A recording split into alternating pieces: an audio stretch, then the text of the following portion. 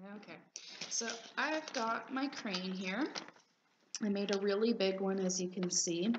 I used the traditional crane model. Now, I did make some modifications. I was actually looking at real cranes, and I noticed that they actually have flat-tipped wings. They're not pointy like the original model. So what I did is I took this wing. I just went in, you know, about an inch or so. I folded it down like that. Then, so that's a mountain fold.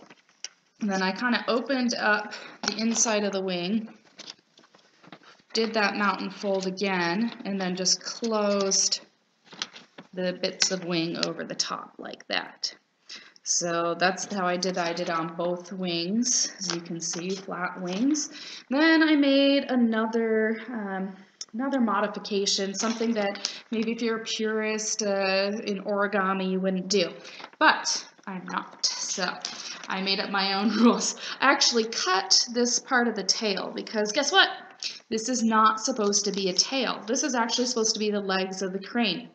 So I cut that top mountain fold right there, and that gave me a little bit more flexibility with what I wanted to do with the legs. So what I ended up doing was I noticed that I have this valley fold right here that's really nice. And so what I did is I took one of these little legs, and here, I'll straighten it out so you can see. And I took and I did a valley fold back towards the body in both directions. And then I did a parallel valley fold back towards the body in both directions. And this part of the leg stayed a valley fold, and that middle section becomes a mountain fold. And then you go back, let's see, mountain, if I can get it to go back the way it was originally. So this one's a mountain, this one's supposed to be a valley. Of course, now it's giving me problems, right? Oh, goodness. Let me see if I can figure it out.